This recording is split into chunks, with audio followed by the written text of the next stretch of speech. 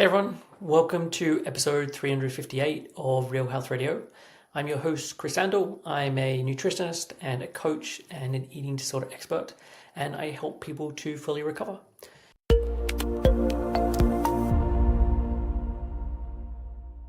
So before we get on with today's show, I just want to say that I'm currently taking on new clients.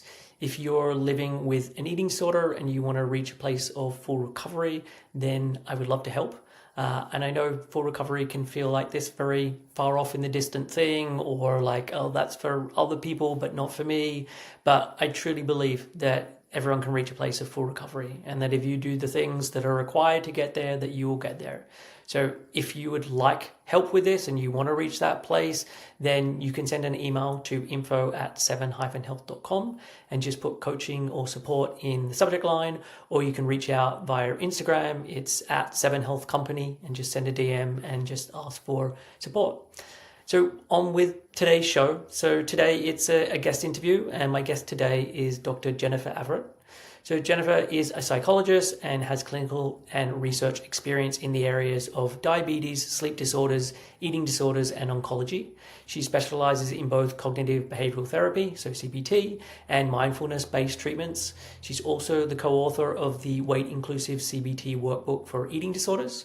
Jennifer enjoys working with clients to help them reach their health-related goals, whether that involves improving sleep, better managing a chronic health condition, reducing disordered eating behaviors, or adjusting to a new diagnosis or treatment routine. She has experience working in both primary care and specialty care medical settings, and can collaborate with other healthcare providers to support ongoing treatment. Her goal is to provide a supportive and caring environment to help clients improve their overall health, well-being, and quality of life. So this is the third episode that I've done with the authors of the Weight Inclusive CBT Workbook of Eating Disorders. So I chatted with Dr. Mulheim in episode 353 and then Shannon Patterson in 355. In each of those episodes, we're talking about different things. So I highly recommend checking them out. For this one, we talk about Jen's background and how she got into this work. We look at the differences between working in medical setting compared to in private practice. And Jen says some very positive things about what she's seen in the medical setting and with her colleagues, and then becoming more weight neutral and more of a health at every size approach, and how that's happened over the last decade, which is very encouraging. We also then talk about GLP-1's and how this has then had an impact in her work and in that setting. We talk about diabetes and how she helps her clients, because she's not a dietitian or a nutritionist. So talking about her role with this and how she can be helpful. And there's lots of different areas that she helps with this. We then look at the different types of CBT. So Jen has got training in lots of different types of CBT. So we look at CBT for eating disorders, for chronic pain, for depression, and for insomnia. And then we also look at the importance of community in recovery, and especially when recovering in a larger body, and how important that can be. So this is such a wide-ranging conversation. There's lots of things that I talk about in this that I've not really covered before. Jen has such a wonderful understanding of CBT and for so many different conditions or areas. And I think this is just a wonderful skill to have, as I talk about in the episode. I think so often eating disorders can be missed. And so someone's coming for insomnia, or someone's coming for chronic pain. And actually what is then helpful is someone being able to recognize that there is an eating disorder going on, and that is then going to be part of the treatment. And so without further ado, here is my conversation with Dr. Jennifer Averyt. Hey, Jen, welcome to the show. Hi, Chris. Thank you. Yeah, I'm really looking forward to chatting with you, and you're the third guest who's coming on to talk about the Weight Inclusive CBT workbook. But like Yes. with the other two, it's not going to be just the same conversation. Again, you have your areas of specialty, and I know for you, you do CBT in a lot of different areas. So hmm insomnia, chronic pain, depression, as well as eating disorders. So yeah, I want to talk Yes. about all of those things Yeah. as part of today. And just to start off with, can you give listeners a bit of background on yourself? What you do, what training you've done, who are the people you work with? Sure. Yeah. So I'm a clinical health psychologist. So my training has been in clinical psychology. That's the area my PhD was in. And then I completed more specialized training specifically in health psychology and completed the board certification process for that, which essentially means I work mainly with people who have different types of chronic health concerns. That can include sleep issues, diabetes, chronic pain. I work with individuals who have cancer or going through cancer treatment and eating disorders as well. So I work primarily in a kind of a major medical center setting and then also in private practice and see clients with all of those concerns in both places. Okay. And I always am curious of how people end up in this work. So what sort of drew you to this work more broadly in terms of psychology, but also then more in like those specific areas and why you're passionate about those areas? Yeah, it goes kind of a ways back for me. So when I was in undergraduate courses, I was thinking about psychology. I had started out pre-med. I was always interested in health and biology. And at some point during college, I kind of shifted my interest towards psychology, but I wasn't sure what I wanted to go into. And my senior year, I took a course on eating disorders and weight concerns. And it was my first time learning about eating disorders. It's my first time learning really about diabetes as well and as a part of that course. And that was my first introduction to cognitive behavioral therapy or CBT. So, Yeah. as a part of that course, we had a chance to read Christopher Fairbairn's work on CBT for eating disorders, and the original Overcoming Binge Eating workbook was part of the reading for that class. And I just loved it. I thought this treatment makes so much sense. It seemed like such a logical approach that Yeah. if you're trying to restrict your food intake, at some point that might become really challenging and could lead to binge eating, purging, more restriction. So I really like the model and I like the approach. And the course was taught by a health psychologist. And so I thought, well, this could be an interesting area to go into. And I kind of shifted my career plans from there. And the hope was to be able to work with people who had health concerns like diabetes, who might also have eating disorder symptoms. And it Yeah. took a while to get there with my training, but that's essentially a lot of what I do now, which I really enjoy. Okay. Nice. And in terms of the different buckets, is the diabetes piece, diabetes and eating disorders, is that sort of the thing that takes up the most of your time in terms of the clients that you see? I would say that that is a lot of what I see. I also see a lot of the overlap with eating disorders and sleep concerns, and Okay. then sleep concerns separately too. Mhm. Okay. Okay. Sure. And in terms of your work, like you work in private practice, you work in a more medical setting. Like, Mhm. what's your experiences with both of those? Where are things working well? Where are there limitations? Yeah.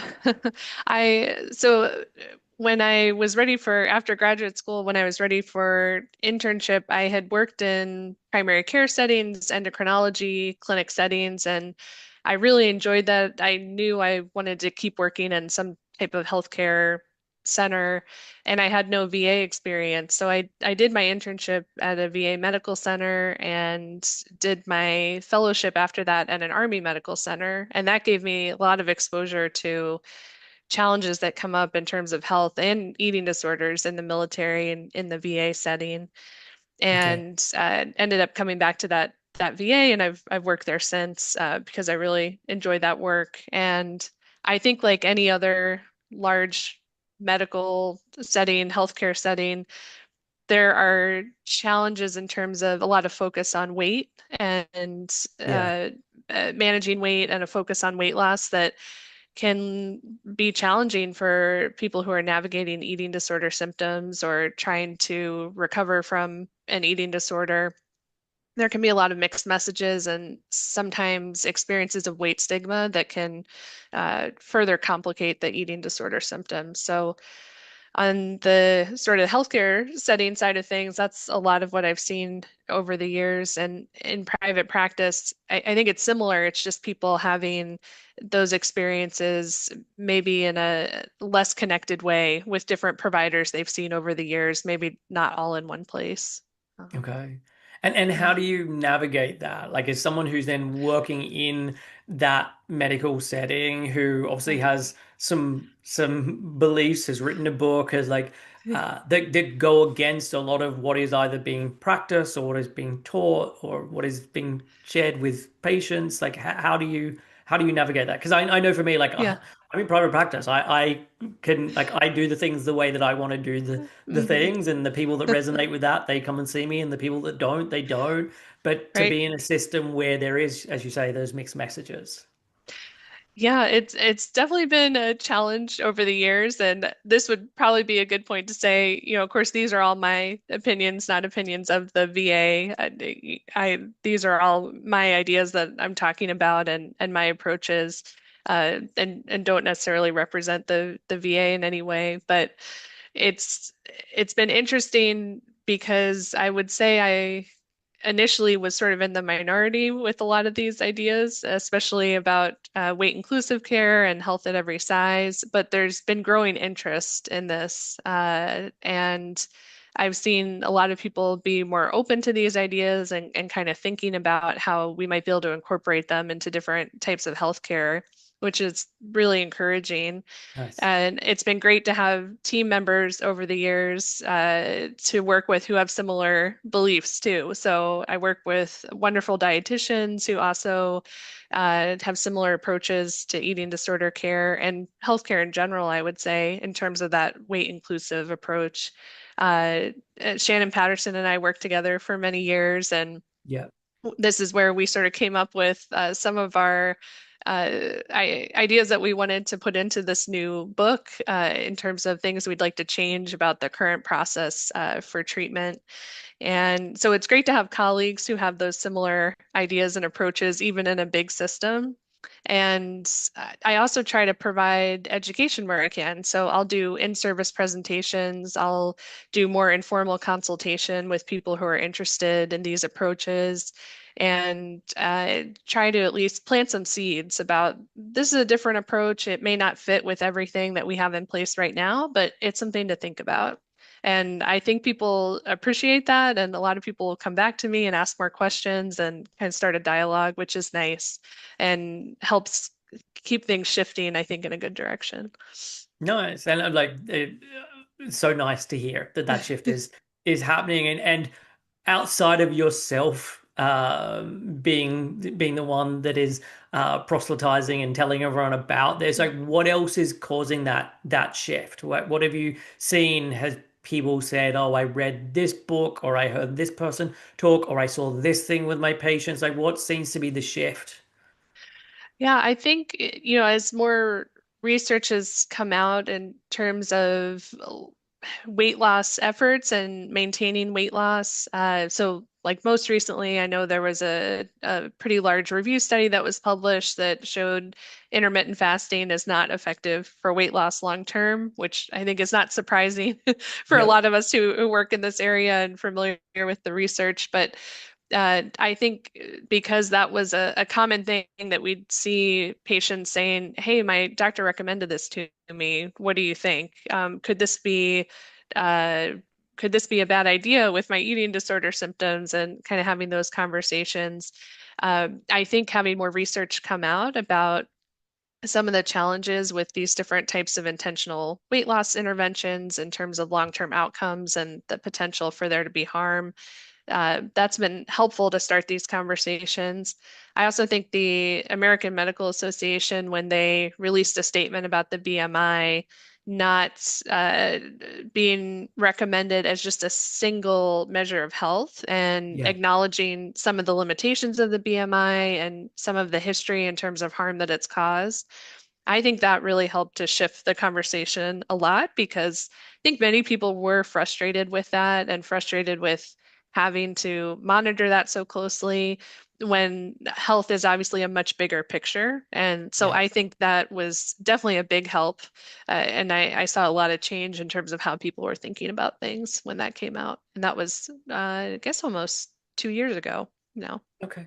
No, and Yeah. I like it seems like health at every size and anti-diet approach and that type of thing made a lot of headway in the eating disorder space. Like that was easier Yes. place to get a foothold. And Yeah. I like that's great that that's the case. And Yeah. that shouldn't be the only place. It shouldn't be like, Yeah. well, okay, with an eating disorder, like that makes sense. Right. But not in these other areas. It's like, no, let's kind of have this filter out into all areas. And it sounds like that's what has happened. Yeah, absolutely. I mean, that's really my hope that this becomes more of a mainstream approach in thinking about health. And there are, some neat programs like within the VA, there's a program called Whole Health that looks at health in terms of 8 different areas and Yeah. includes relationship health, your environment, your rest, how well you're sleeping, relaxation, and stress management. So a lot beyond what people typically hear about in terms of weight concerns. And so I think that's an example of a really nice program that's thinking about health as a bigger picture, and it aligns really well actually with health at every size. Yeah. And then also looking at the variables that are just outside of someone's control. Like I think Oh, so yeah. many of Hmm. the social determinants of health, like it's very easy to just brush over those and not Yeah. recognize like, hey, there's lots of things that people are just born into a very lucky situation or a very Yeah. unlucky situation.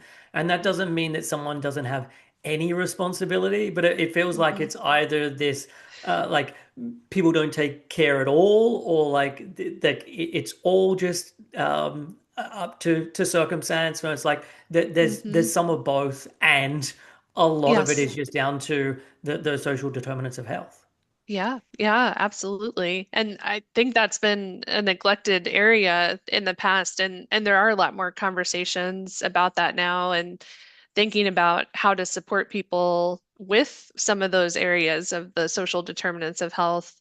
And that comes up with a lot with sleep concerns too, when we Yep. think about shift work and differences in who's needing to do night shifts versus day shifts and how that impacts sleep. And so, yeah, a lot of interesting work, I think, incorporating that into sort of general healthcare too, not just eating disorder treatment, as you said.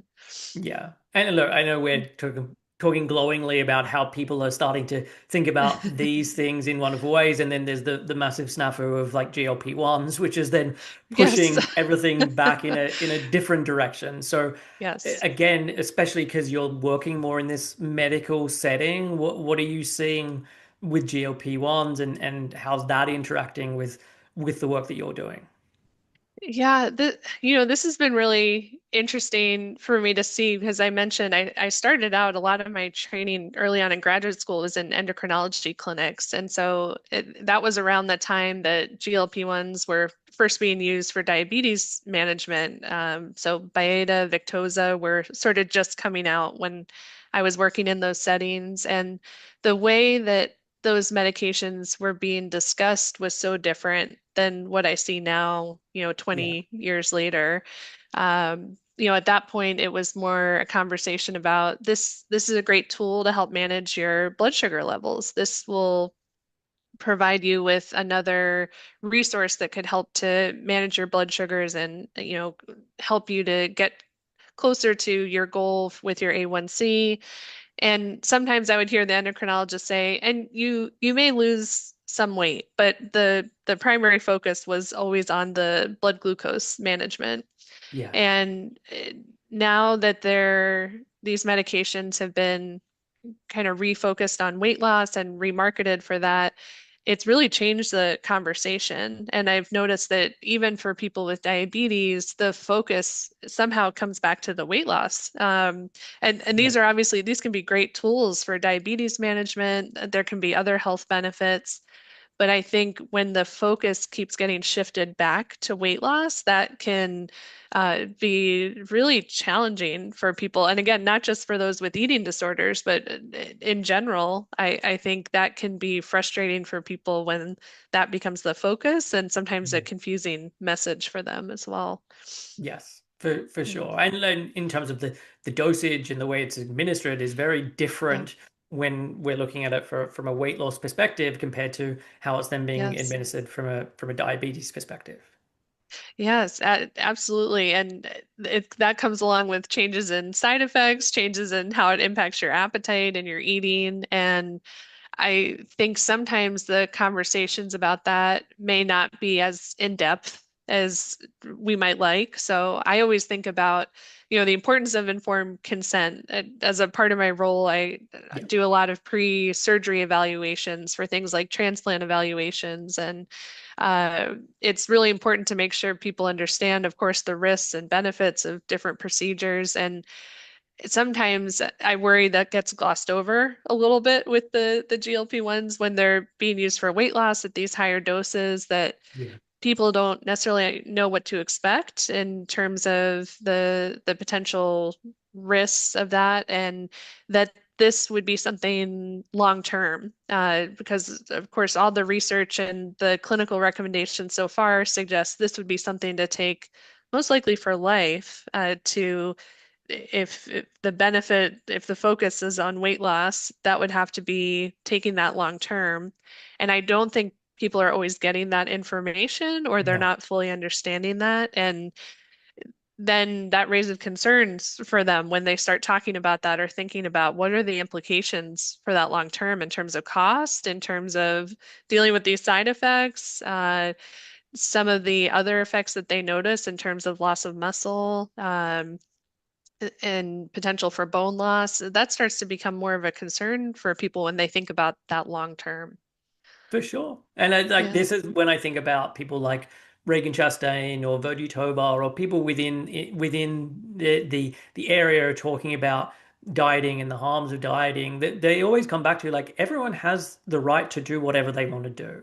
If you Yeah. want to do on a diet, if you want to try and lose weight, it's not that they're against that. The part that they're against is like we're not being told the full story here. And Yes. so, like, Yes. if we're being told like this is something that's going to be easy or that there's Yeah. this success rate and that doesn't actually match up to the data, then hey, we want to just tell people what they're getting themselves into, whether Yeah. that's through a regular diet, whether that's through taking the GLP-1s.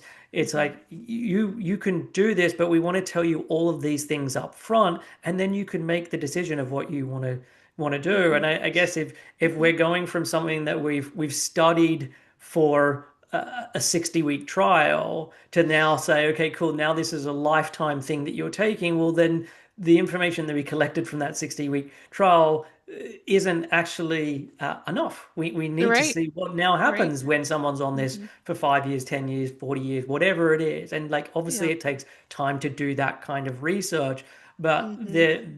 that needs to start happening.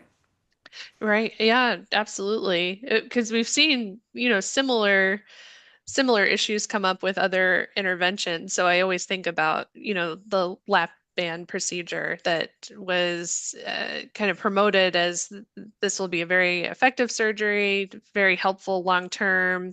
And it is more of a uh, not as permanent as other types of bariatric surgery, but it is a pretty significant change.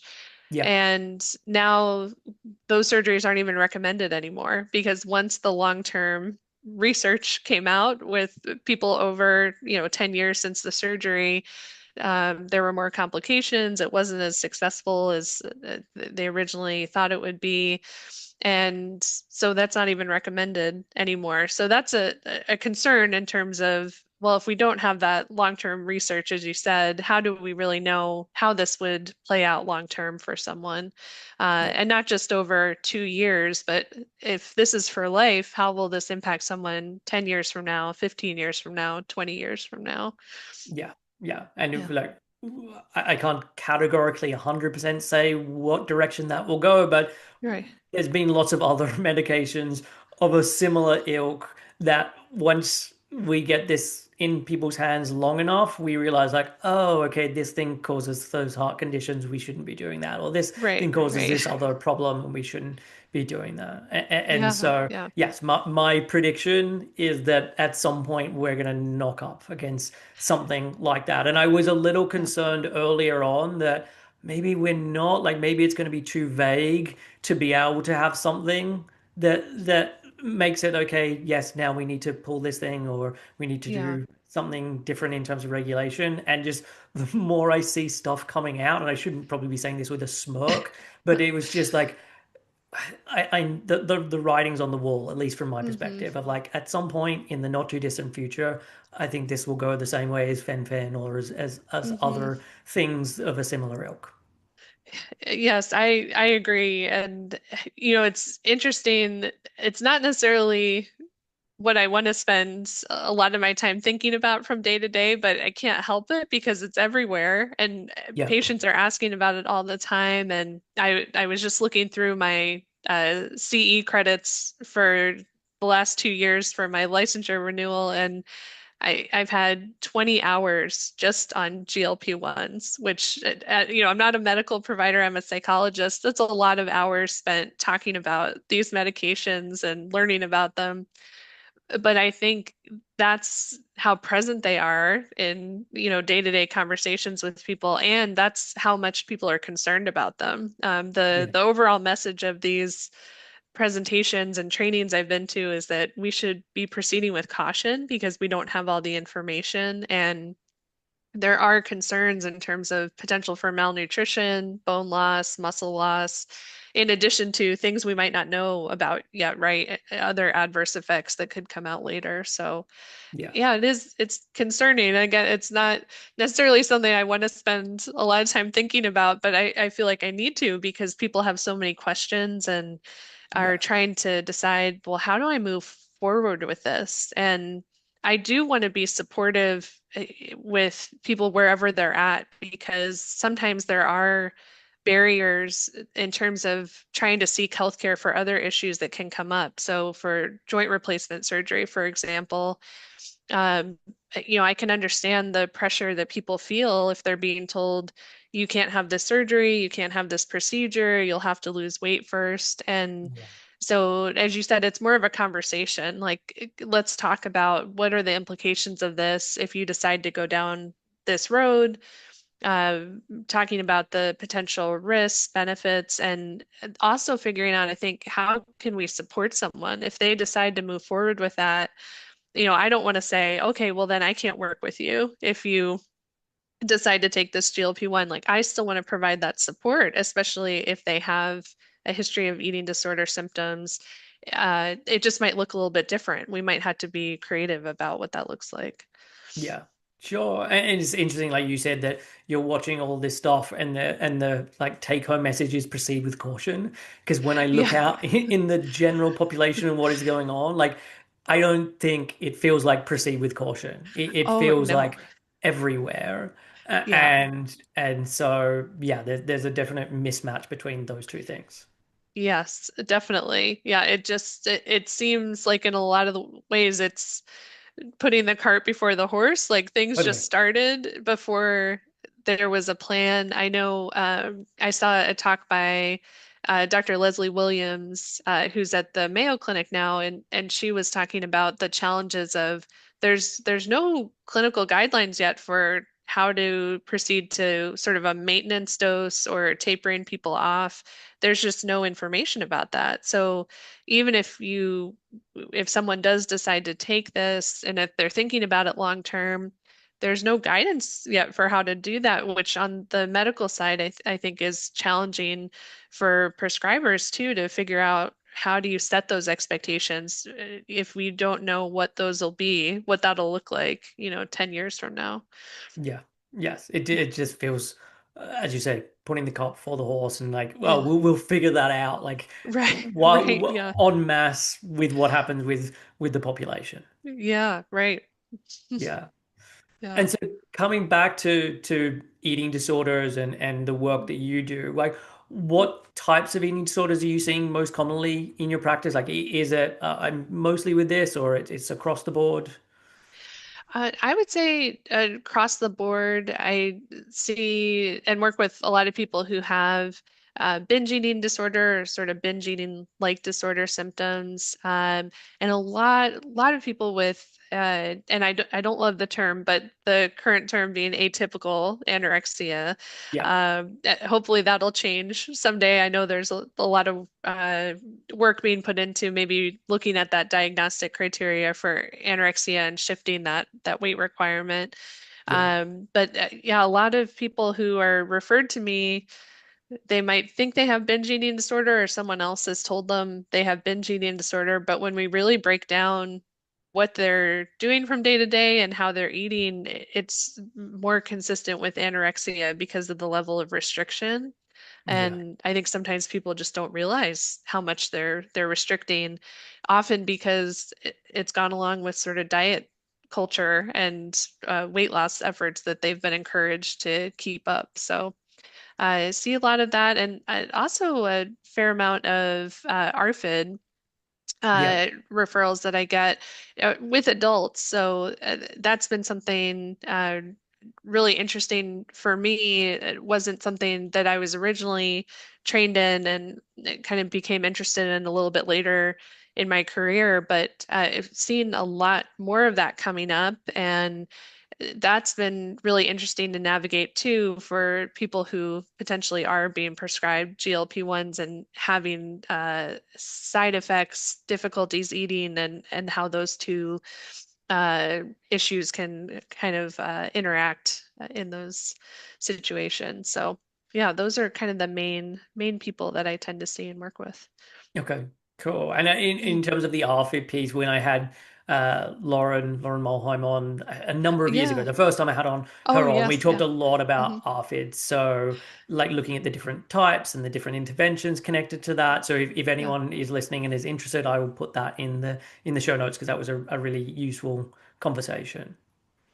Yeah. That's actually how one of the reasons I got connected with Lauren Mulheim originally is when I was seeking out more consultation and training. I knew she was an expert in the area, and that's how we originally got connected. Okay, nice, Yeah, nice. And just yeah, in terms of your comment of uh, people originally being diagnosed with binge eating disorder, and then when we look yeah. at it, it's really anorexia. I mean, I've said this many times on the podcast before. I've written about it. I think so many of the diagnoses that people receive for eating disorders is based on the size of their body.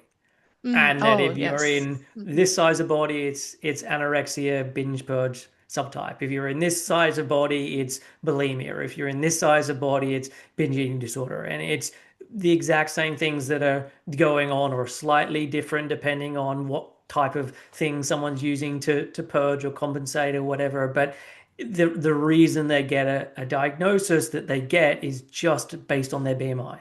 Oh, yeah, definitely. And I think we've even had people tell us, they've been referred to our program or been referred to me and said maybe they've tried to broach this conversation with a medical provider and have been told, well, your weight's too high to have that disorder, or, you're thin, so you can't have this disorder. So getting very incorrect messages about, what eating disorders look like. Eating disorders are very much based on the behaviors, of course, not on Yeah. someone's appearance or body size. But that's been a challenge even in terms of people navigating the system to get connected with care, I think, because sometimes they get that incorrect feedback when they're seeking treatment for these concerns. Yeah. And it's not just, well, it's semantics, it's a label, it doesn't really matter. The reason that this really matters so much is one, I think there is this incorrect hierarchy of eating disorders, especially with Yeah. people who have eating Yes. disorders, and like Hmm. anorexia is the good type and binge Hmm. eating disorder is the bad type, and both of those are in inverted commas, Yeah. um, because of what we think about restriction being good and eating quote unquote too much being bad, and also because that's often how it's dealt with. And if you're being diagnosed with anorexia, okay, this is the way that we deal with that. And if you're being diagnosed with binge eating disorder, it's kind of like do dieting light. And we need to Hmm. focus on Right. why you're doing the binges, and we need that Hmm. part to stop. And Hmm. have you thought about having more of these foods that fill you up? And it's like, no, these two people, they need the exact same treatment. Like they Yes. need help in terms of the same behaviors, the same thoughts, the same everything. You're just Yeah. thinking about them differently because they're in a different size body. Yeah. And it's so interesting too to see, the relief I can see in people when we start, let's say CBT for eating disorders, and if someone has been told that they have binge eating disorder and they've been encouraged to lose weight or diet in the past because of their body size. When we start getting into CBT-E and the encouragement is to eat more regularly and Yeah. to focus on getting enough food, and there's no discussion of, you shouldn't be eating this or you need to limit this. I can see, really, I mean, there are physical signs that people are feeling more relieved as we start those conversations, because I think a lot of times what they're expecting is more of that. Well, because of your body size, you need to do XYZ to restrict or to limit what you're eating. Yeah. And it's just such a relief for them to not have that be the case. And then to understand that they're really not eating enough, it really shifts their perspective. It helps them understand so much what's been happening and why they've been experiencing the symptoms they have. Yeah, yeah. And I get that there's probably a mix of people. So some people like totally relieved, and then there are some people where it's like just incredulous. I can't get on board with this. Like, how could that possibly be the case? How could I Yeah. not need to eat less food? This doesn't make sense. Yeah. Yes, yeah. There are sometimes people who are they're skeptical. Like, Yeah. well, this is not what I've been told, and I'm not sure this will work, and this seems like so much food. Yeah, there are those conversations too that come up. Yeah, sure. And so from Yeah. a CBT-E perspective, like what does that look like when working with eating disorders in practice? And I know that's a very big question, but Yeah. maybe like where do you start from your perspective with this? Yeah, for me, I think one of the most helpful things about CBT, and this is in general, not just for CBT for eating disorders, but CBT for insomnia, CBT for chronic pain. I think the initial, what we call psychoeducation, but basically just providing information about the symptoms that people are experiencing and what we understand about how they're developed and how they're maintained over time. That I think is one of the most helpful parts of the treatment, because often people are frustrated. They might feel confused about why they're having these symptoms. They've tried so many things to change this already. It feels like nothing's working. And I think a lot of times what they're missing is that information about, well, this is what we know about why these symptoms develop. So for eating Ooh, hang on, disorders, I'm going to stop you and just say, oh, can you sure. explain this to the audience so that Oh, everyone sure. understands like Yeah. what is that bit of education that you Yeah. that you give people to start with, and then you can carry on with what you were saying. Sure, yeah. Yeah, so for eating disorders, and this is part of a model that we kind of reworked as a part of our workbook. The root of, I would say, most eating disorders is this external pressure. It could be diet culture, it could be experiencing weight stigma in a medical setting. It could be pressure from family members, friends to maintain a certain weight or achieve a certain weight. And that pressure generally leads to restriction. And that could be dieting, weight loss attempts, could be overexercise, other behaviors to try to change your weight or shape. And then from that point forward, sometimes some people might develop binge eating symptoms. Some people might develop binge eating and purging. For others, they may continue restricting. Yeah. and that restriction can become more significant over time. Sometimes people might kind of go back and forth between restricting and maybe having the binge eating. And so a lot of times people haven't made those connections to think about the chain of events that could have led up to that. And Yeah. being able to walk through, we use a case, what we call a case conceptualization form, which is basically like a map of how did this start? How did your symptoms develop? And what might be keeping them going over time? And I think people find that so helpful to see, yes, this was my experience with maybe dieting or being pressured to lose weight at a younger age. And these were some of the things that influenced that. And this is what I've tried. And this is when my symptoms started. And they start to see how it all ties together, Yeah. doing that. And of course, you can pull into external factors too, emotional triggers, stress, changes in mood that can sometimes influence eating behaviors as well. But I think kind of drawing that out, and I do like the visual of it. That's why I like the case conceptualization to be able to really just kind of draw that diagram or map of how things happened and thinking of a timeline of how that developed over time really helps people to see why they've experienced the symptoms they have and how it all fits together. Okay, nice. I think Yeah. that's useful for people to understand. I guess where I see there can be a problem with this is when someone has the honeymoon phase of the eating disorder go on for a really long time, and it feels Mm, like hmm that was actually working for me. That was when hmm I was the fittest. That was when I just, oh man, I felt so good. Like, and so there can be this disconnect that during this period where it felt like everything was working well, you were getting more and more into a hole and you just hmm hadn't realized it yet. Because the amount of Yeah. people who are athletes or hobby athletes hmm who are like, oh, I did my best PB, and then like 2 months later, I was just like having all of this Yeah. chronic pain, and then I hmm got this chest infection followed by a urinary tract infection followed by this thing, and it can be really hard to recognize that what I was doing when I felt so good was actually my undoing. Yeah. Yeah.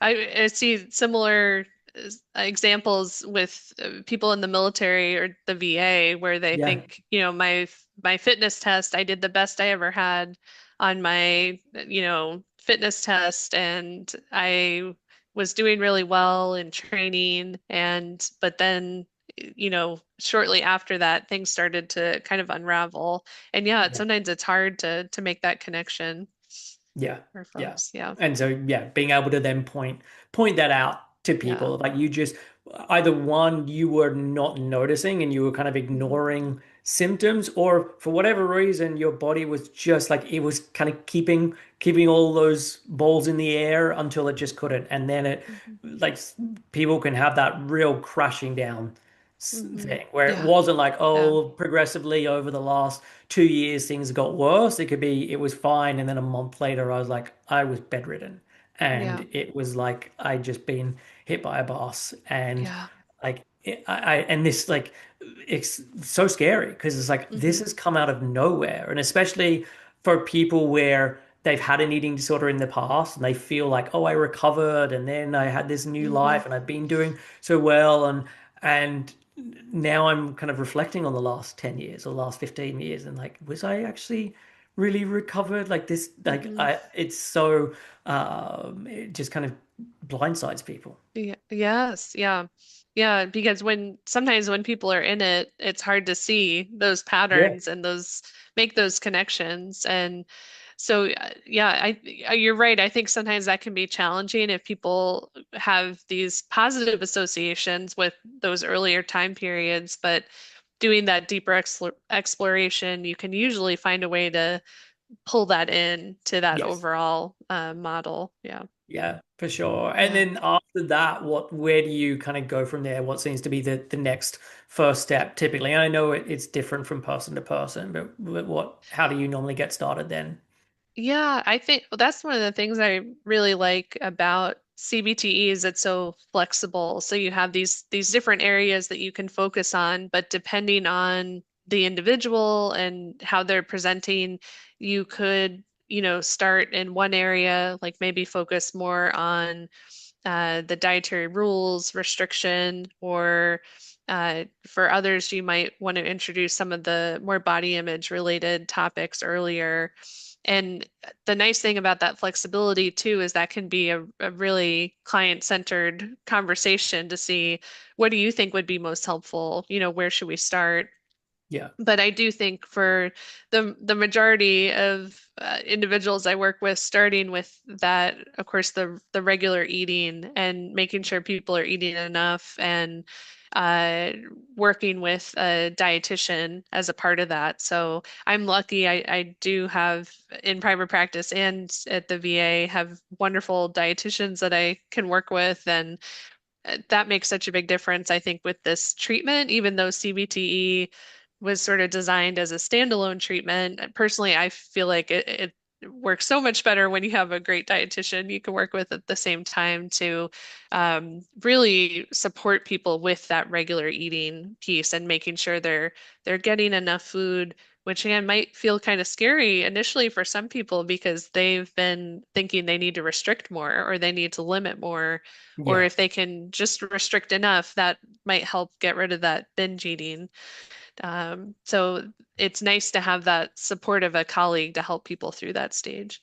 Yeah, for sure. And this was one of the things I mean, I talked about with Laura, and I really appreciate it in your book is like, this is where you start of like, hey, you are likely in a weight suppressed place, even Yeah. if you're not low on the BMI, that doesn't really matter. Like getting people to really recognize that, hey, there's not enough energy coming in, and that has such a knock-on effect. And I think often, especially with CBT, and again, I talked about this with Lauren. There can be this real misunderstanding about what CBT is, and a much bigger Hmm. focus on the C, the cognitive thing of like I need to Yes. Yeah. reframe my thoughts and I need to think about this differently. When actually it is really about behavior and it's Yeah. about taking different behaviors. And so yeah, talk about how Mhm. you speak about this with your clients or patients. Like yeah, how do you get them to okay, yes, there are lots of unhelpful thoughts that are here, and the behavior piece is the thing that makes the difference. Yeah, I'll sometimes try to frame it to people that, we want to try to address the behaviors first because a lot of times once you start eating more regularly and are, being nourished more consistently, sometimes the thoughts start to improve on their own, which is Yep. which is true. A lot of times when we get to the point where we're focused more on the C, the cognitive piece of cognitive behavioral therapy, um, people have already started changing their beliefs and changing their thoughts. So they'll maybe say, well, I did think this at the beginning of treatment, but I'm starting to think about this in a different way. Yeah. And having that behavioral piece up front and really supporting people to get the nutrition that they need and make sure they're eating enough, I think that goes a long way to helping with other symptoms. And if there is cognitive work that can be done, maybe related to the body image concerns, I think it makes that process much easier for people. Yes. Yeah, for sure. And I think when you're doing the behaviors and you're doing them consistently, one, a lot of the thoughts you had start to get disproved. Yeah. So I thought Hmm. this thing was going to happen. That was what my mind was telling me, and it actually hasn't happened. And Hmm. so, okay, cool. That I didn't even need to do the thing around that thought that I thought I would have Yeah. to. It's just by taking the action that changed. Or I've realized that I can actually have that thought be there and still take action. And that thought's been there now for quite a number of months, and it now just has a lot less power over me than it Hmm. did before because I've seen that I can still do the things that I need to in terms of my recovery. And so it's not so important because it's like, oh yeah, it can be there. It's fine. And so Hmm. I think that often when people think of CBT, it's like, oh, how do I get all these weapons in advance that I can then use when I come up against this thing, as Yeah. opposed to as you go through the process. it will in a lot of ways, as you said, take care of itself. And what it's Mhm. not, we can then clean up when Yeah. we're at the point where it's like, okay, this isn't gonna change of its own accord, and we will, okay, now Mhm. we'll address this explicitly. Yes, definitely. Yeah. Um, and so then if we move on to sort of the diabetes piece, and I Mhm. know we've talked about this a little bit, but I know on your site you said that you help individuals improve diabetes self-management and treat any mood-related concerns with diabetes. So tell me more. Like, what does this look like? Because you're Yeah. not, as you said a moment ago, you're not a dietitian. So when you're Right. working with diabetes, how are you helping people with that?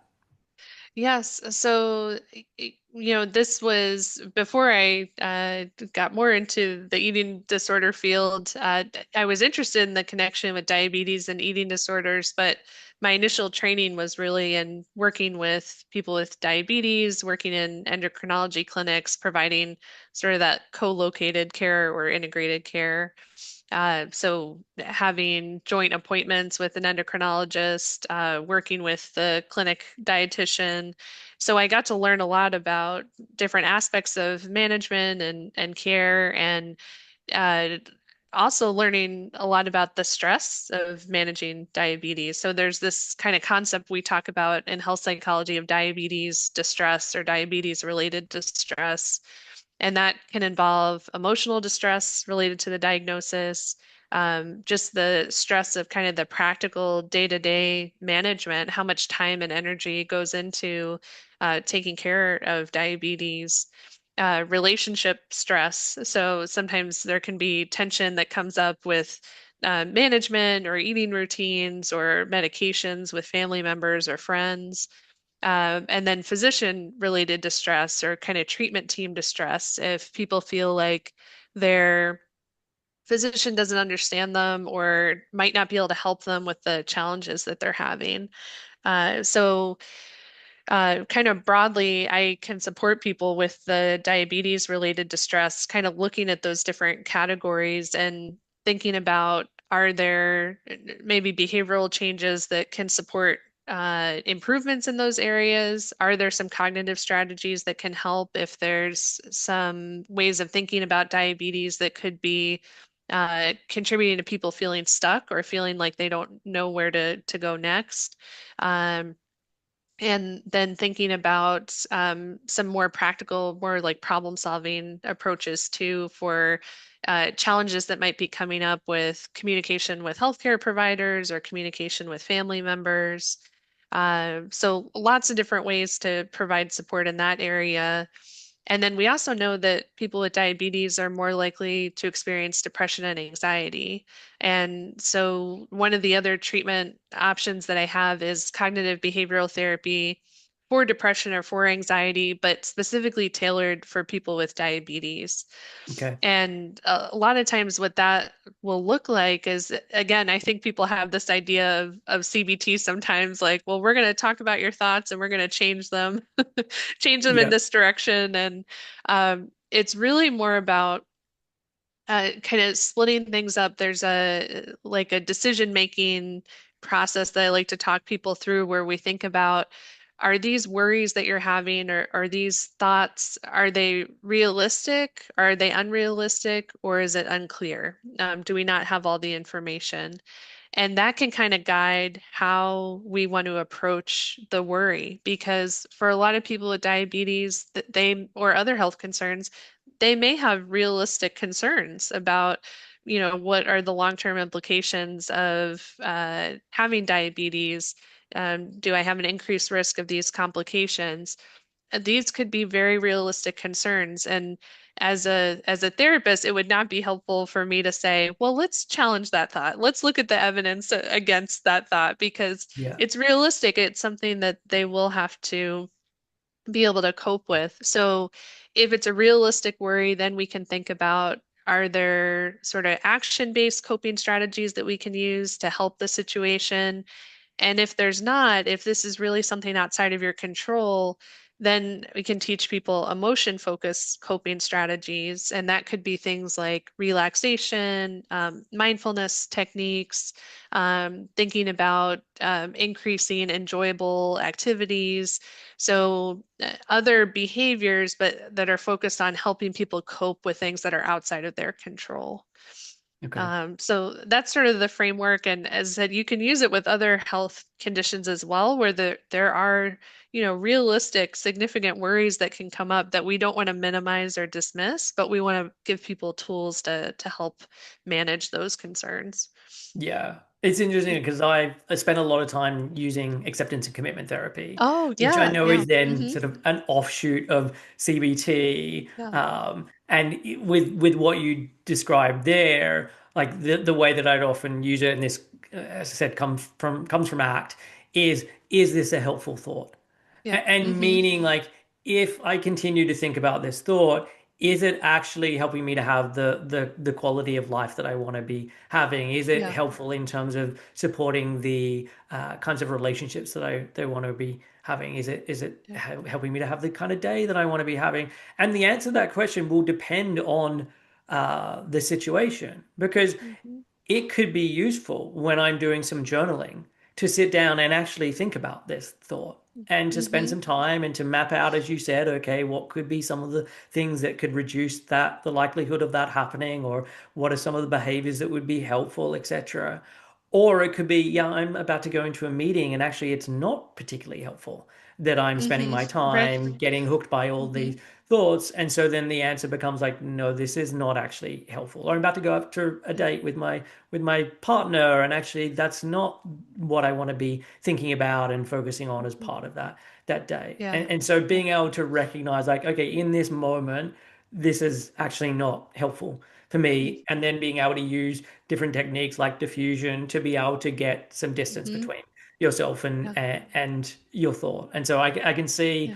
that there's like some areas where it's similar, and there's areas where it goes in a little slightly different direction from CBT, but it's the same general idea. It is, yeah. And actually that kind of uh path of thinking about things that are outside of your control, the ACT techniques are perfect for that really because yeah, the a lot of ACT is thinking about, well, if I can't change these things, what's most important to me and how can I keep moving in that direction, right? Yeah, And so that can often be a part of the conversation that okay, I am worried about this, and there's nothing I can do about it right now, but I don't want that to interfere with spending time with my family this weekend or planning this trip or being able to work on this project I'm excited about at work. So, yeah, you can definitely pull some of that in.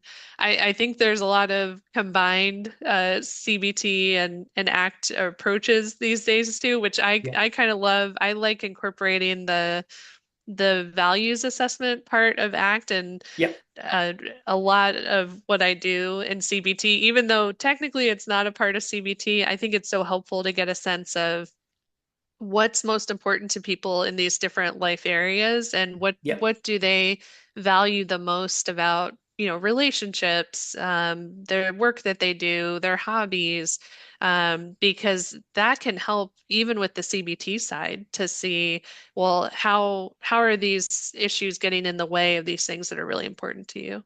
Yeah, for sure. And values is something I use a lot with clients, because they're, even when someone's in the depths of the eating disorder, people can generally still be able to recognize what are my values. Yeah, yeah. They may be able to recognize I'm not living in alignment with Hmm. them, but I can recognize these are some of my values. And the thing I always say about values are that it's not that these things are set in stone. You like Yeah. I tend to think of values as, especially if I'm using it in this way of, let's pick 5 things that are your values and Hmm. that make sense to be your values with going through recovery.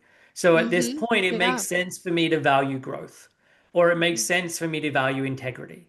And so, hey, I'm going to use those as my values. I'm going to be explicit about Yeah. what it means. So if I'm valuing growth, what does that mean in terms of my recovery? What does that mean in terms of my everyday life? So I can get a sense of, when am I living in alignment with that? And when Yeah. I'm then knocking up against a challenging moment of like, what do I do here? What's the right thing?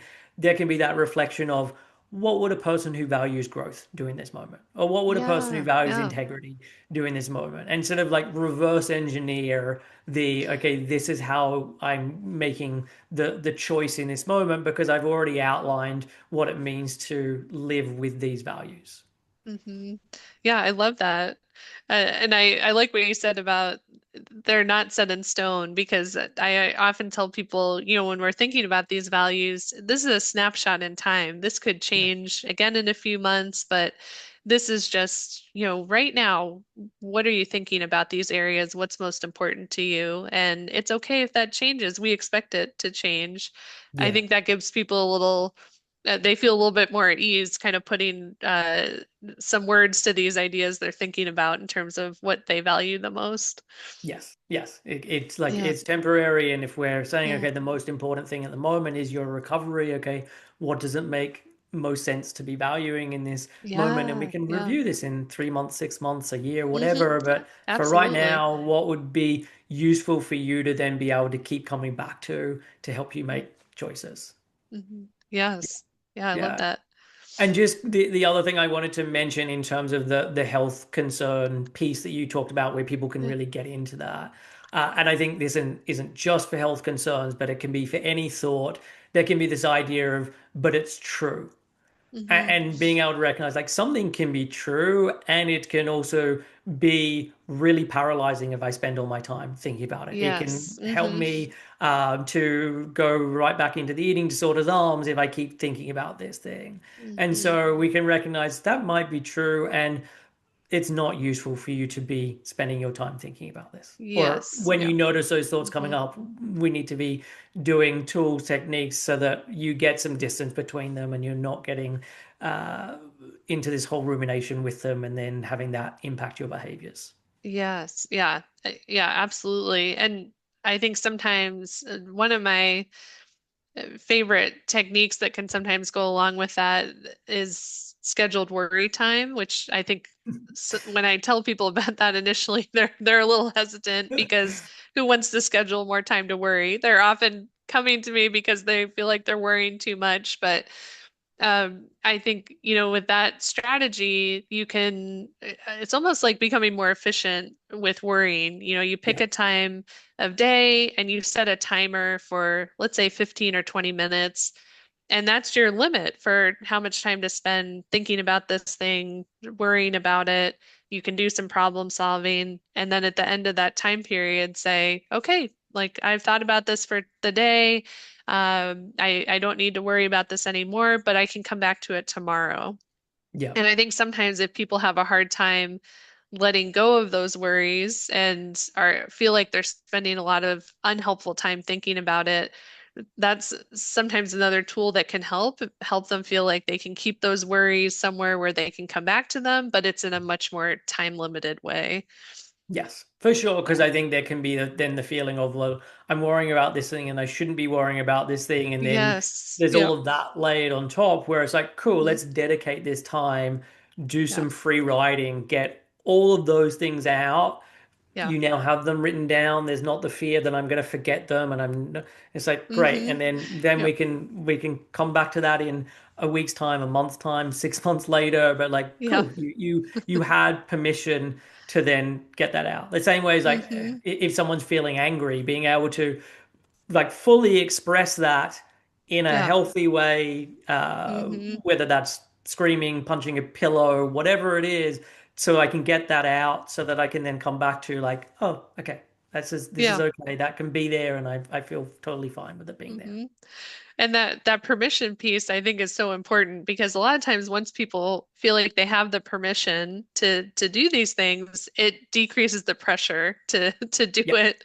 So Yes. yeah, often people find if they're giving themselves permission to think about these emotions or process these thoughts or worries, they end up thinking about it less because they've been trying so hard not to do it. So it has that kind of paradoxical response, which can be really helpful.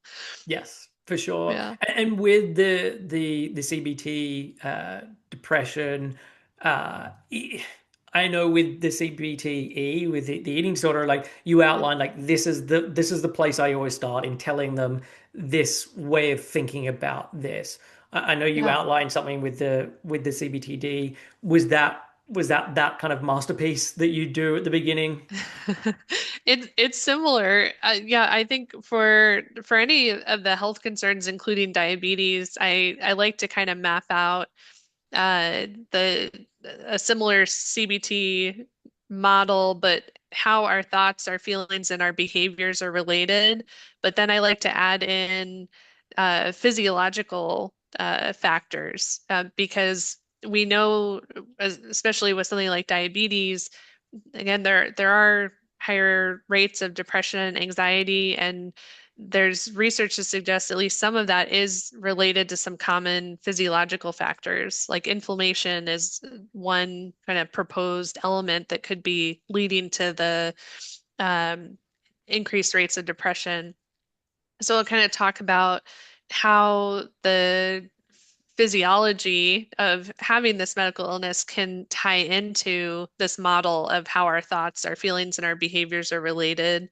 And then Okay. also add in the environment as another factor, kind of outside of this model. And that could be, how it is to manage diabetes with family, with friends, in your workplace. How is it to seek treatment and healthcare? And like a big concern that comes up for people I work with is insurance. And will I have insurance to keep covering these supplies? Am I going to be able to keep getting insulin if I need it?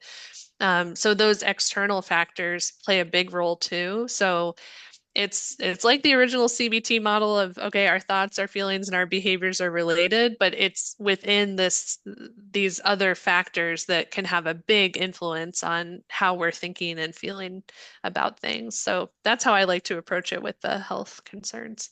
Okay, that makes complete sense. I use a lot of polyvagal theory as a Oh as a yeah. way of then Hmm. explaining that of like basically the state that we're in, whether we're Yeah. in safe or social or whether we're in fight or fly, like there are lots of factors that have an impact on how we find ourselves in that state. Like, yes, it can Yes. be your nervous system picking up cues of safety or cues of danger. It can be when was the last time you ate? When was the last time you Yeah. slept? How good was the quality Hmm. of sleep? Did you have an argument with someone recently? Like there's all of these factors, some that will be very obvious, some that you won't even know are having an impact on you. And Yeah. depending on what state you're in, will dictate the kinds of thoughts and feelings and sensations and emotions and beliefs and perceptions that will just naturally arise Yeah. within you. And it sounds like Oh the yeah. model you're talking about is doing that kind of Hmm. and but just being a little more specific about, okay, there are these health concerns and there are these things that have an impact on your physiology because of blood sugar, etc. Yes. Yeah, absolutely. A lot of similarities with polyvagal theory. Yeah. Yeah. Um, and so talk about then CBT with chronic pain.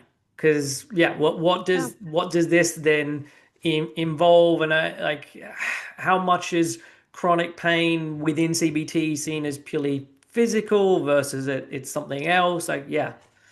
Yeah, I think CBT for chronic pain, it's a lot of similarities in that there's so much education initially because I think this is one type of treatment where often people are a little bit more skeptical, I would say, because Okay. often people have been dealing with pain for so long and being referred to a psychologist is maybe not top on their list of what they're they're thinking of as being beneficial, And which and I can maybe thinking understand. that people don't think Yeah. that they're telling the truth or that there's Yes, something yeah. wrong with Or them that the pain way. is all in their head, Yeah. which is, of course, not the way we're thinking of it, but then if you start to present this model of CBT, there is a lot of talking about, your thoughts and your feelings and how that can influence pain. So, I tried to take an approach of thinking about this as a part of really a multidisciplinary care, so that the CBT for chronic pain is just one part of this treatment for pain, and that we know that with chronic pain, there can be changes in the nervous system that can sometimes contribute to that pain continuing over time. And Yeah. that the role of CBT is to help to provide some tools that can sometimes lessen the effect of that, to allow people to participate in more active recovery in terms of working from a rehabilitation approach. So working with physical therapy to build up strength and mobility again. So I think that helps a lot with chronic pain. It's similar to eating disorder treatment, I would say, in that I definitely want people to think of it as a team-based approach, and that this is not an alternative to their medical care for their pain. It's a part of it. It's a part of the overall treatment plan. And I think that helps to get a little bit more buy-in. People feel a little bit more confident trying it out in that way. And then focusing on what we know in terms of the neuroscience of pain and providing lots of education about that and what we know about how pain can change over time. Once you've had an acute injury and it turns into more chronic pain, the changes that we know can happen in the nervous system, and how feedback loops can start to develop that can keep that pain going. And then helping people to see, okay, now that you understand how chronic pain can develop, here are some additional tools that might be helpful for you. And a lot of it is behavioral. there's a there's a theme with these CBT treatments that I think many of them focus more on the B part, the behavioral piece, than the cognitive piece. Yeah.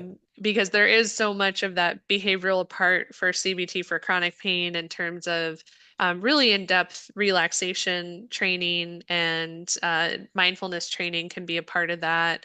Um, and also in working with the team, figuring out ways to increase activity, because there can also be a lot of fear of movement that comes up with chronic pain, and helping people understand how that develops over time, why it makes sense that they might be afraid to move and afraid to re-injure themselves or make the pain worse.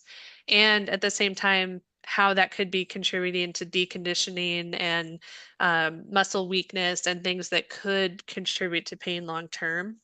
Okay. So helping people to feel more comfortable taking those steps in terms of behaviors to increase activity safely. And if thoughts come up that could hold them back from that, that's when we can come in with the cognitive side of things as well.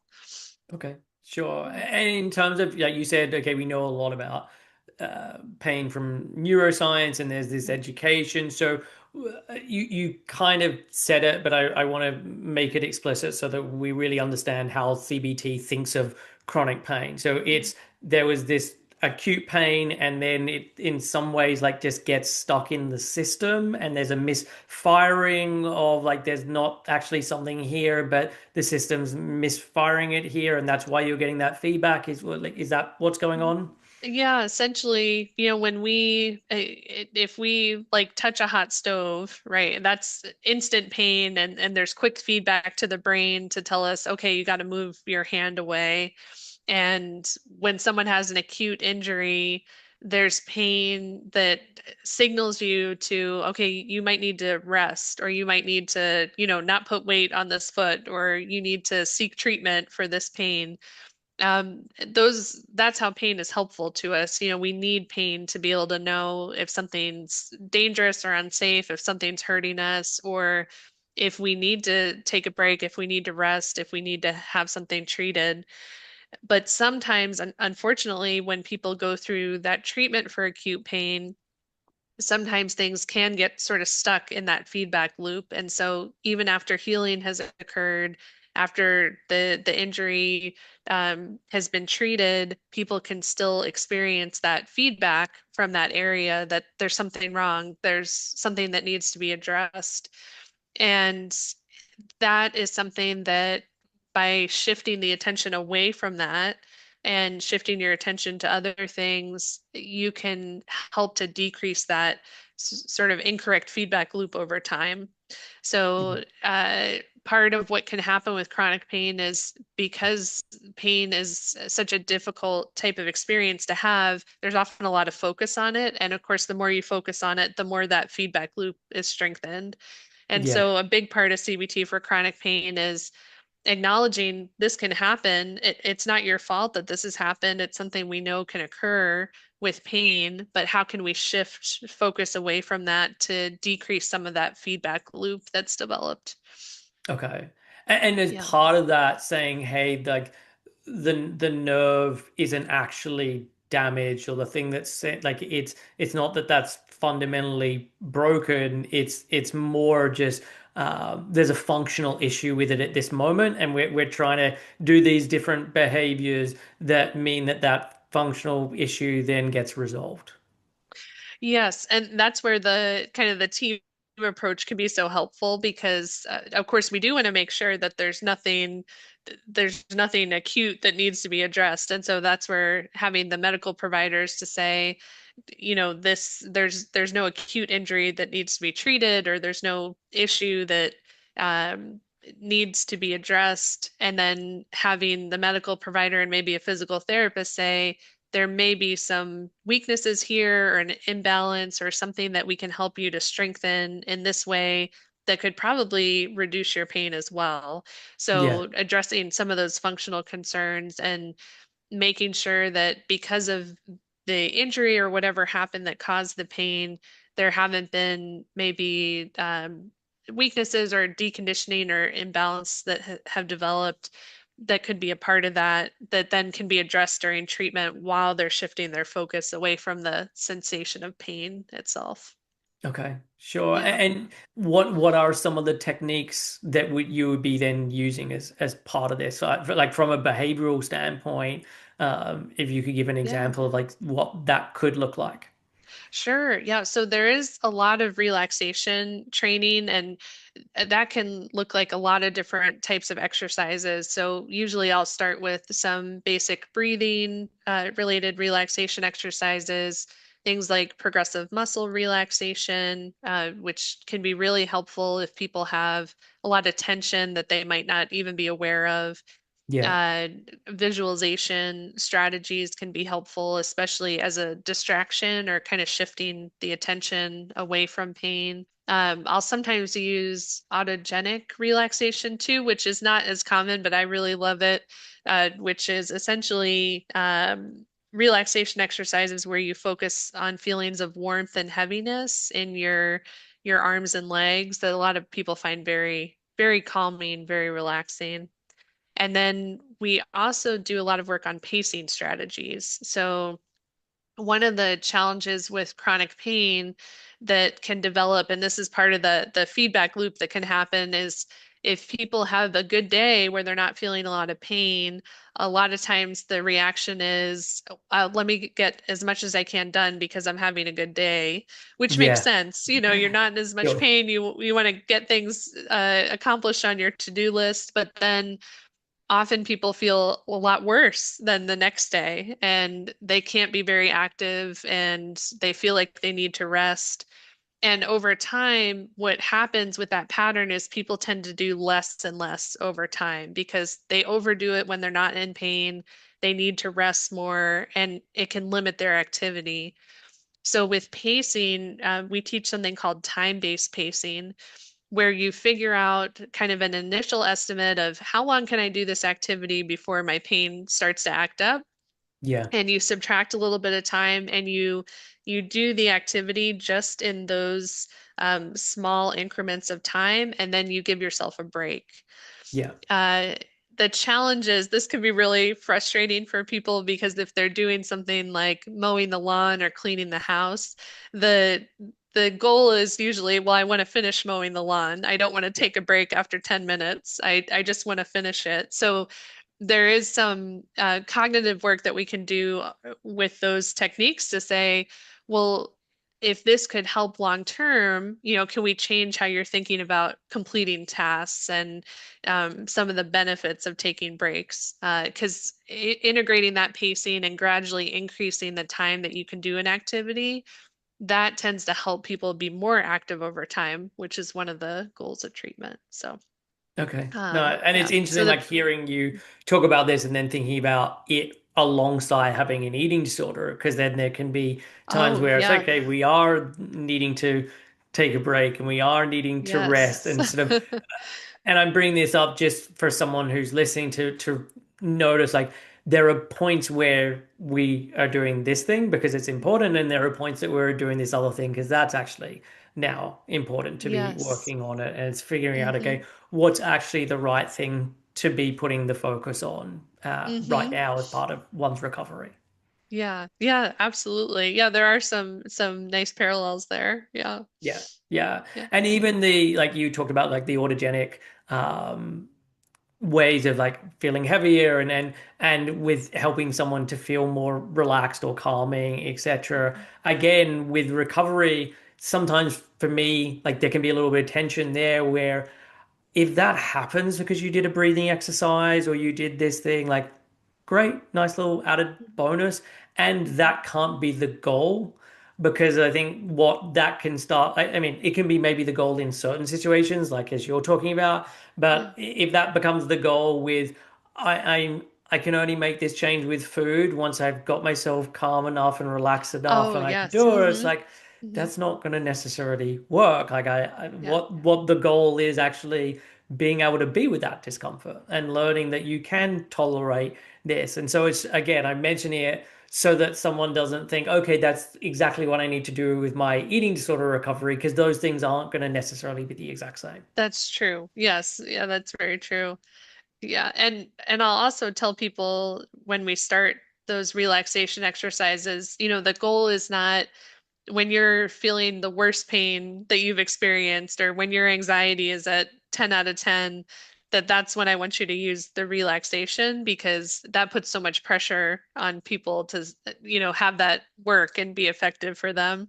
Yeah, And it's more about this is a part of a new routine that you're trying out and it's something that you're practicing and that it's something to kind of build up a skill rather than having to use it right away in situations that are stressful, like getting ready to eat and not feeling calm.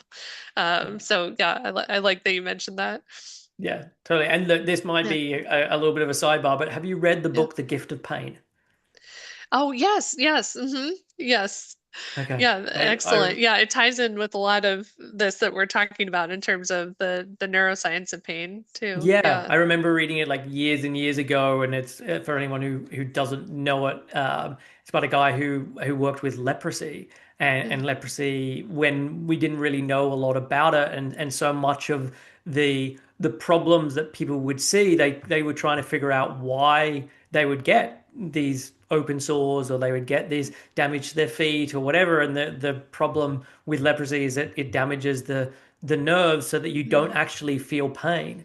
And he said he would be watching these people and someone would just put their hand into a fire and pick out the food that had fallen in there because they didn't feel the pain. And so you just like, you forget, or you touch a stove and then you don't recognize you're actually touching a stove. Or with your feet, like we all walk and walk slightly different gait every single time. So you're putting pressure on different parts of the foot. Whereas if you don't have that sensation, you're not making any adjustments to your foot strikes, and so people can have like broken bones in their feet and not actually notice it. And it was just like yeah. yeah, a really fascinating book on like how pain works, obviously what happens with leprosy. But Yeah. yeah, given the field you're in, I Yeah. thought I would mention it. Yeah, it's really really good read and that can be, some of CBT for chronic pain is like reframing your relationship with pain and I think Yeah, learning about that usefulness of pain and why pain is helpful totally. for us, it's beneficial with that. Yeah. Yeah. So let's talk about then CBT-I, so for insomnia or Oh, for yes. sleep. Yeah. So yeah, what's the kind of conceptual way that CBT frames this? Yeah, so I'm a little biased. CBTI is my other favorite type of CBT. One of the reasons that it's so effective, it can help people so quickly to improve their sleep. And as with the other CBT versions that I've talked about today, there is a lot of education initially to help people understand how sleep problems develop and things that could be maintaining sleep problems. So with CBT-I, it's primarily for people with insomnia. You can make some modifications potentially for other sleep issues, but um, it's primarily a treatment for insomnia. So that's difficulties falling asleep, difficulty staying asleep, or maybe waking up earlier than you'd like to. And the requirements for insomnia is you have enough time in bed. So it's not that you don't have enough time to sleep at night. You have enough opportunity to sleep, but when you get into bed, you're not able to fall asleep or stay asleep, which can be very frustrating over time.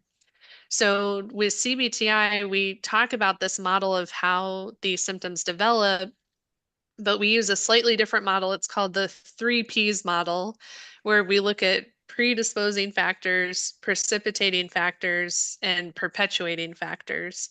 So essentially, that's things that put you at risk of developing insomnia, the initial events that kind of start off the insomnia, and then things that keep the insomnia going over time. Yeah. So you can see it's similar to the other models, but slightly different approach. So as an example, if I'm meeting with a woman who's developed insomnia, we know women are more at risk for developing insomnia, especially after menopause. So that would be kind of a predisposing or risk factor. And if she noticed that her insomnia started right after a divorce, that divorce might be the precipitating factor. That was sort of a life event that was stressful, that initially disrupted sleep and started these difficulties falling asleep, staying asleep. And then as we talk about her sleep routines, maybe we find out, she's taking a lot of naps and she's trying to catch up on her sleep on the weekends. And we would consider those perpetuating factors, things that are keeping the sleep going. And those perpetuating factors, those are the things we address in CBTI. Okay.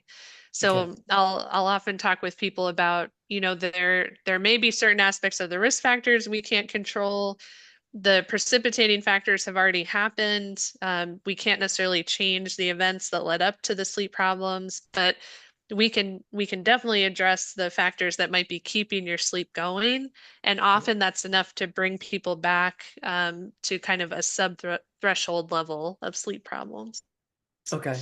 And in Yeah. terms of addressing those, like, I mean, you obviously gave like the nap example. Is it, hey, I want you to stop doing naps. I want you to Yeah. have a specific bedtime routine every evening. Yeah, yeah. So we think of there being really three factors that regulate sleep. So one is our circadian clock, which is, of course, our internal clock that helps us know when it's time to be awake and time to be asleep. And we really need sunlight to help keep that set. So that can be a challenge for people who are doing shift work or who have to wake up really early or who live in geographic regions where it's dark a lot during the winter. Those things can all contribute to problems with the circadian clock. And then another factor is our sleep drive, and that's our body's kind of buildup of ability to sleep. It's very similar to our hunger drive in that, when we're awake during the day, if we don't have a chance to eat, our hunger drive will keep building and building throughout the day.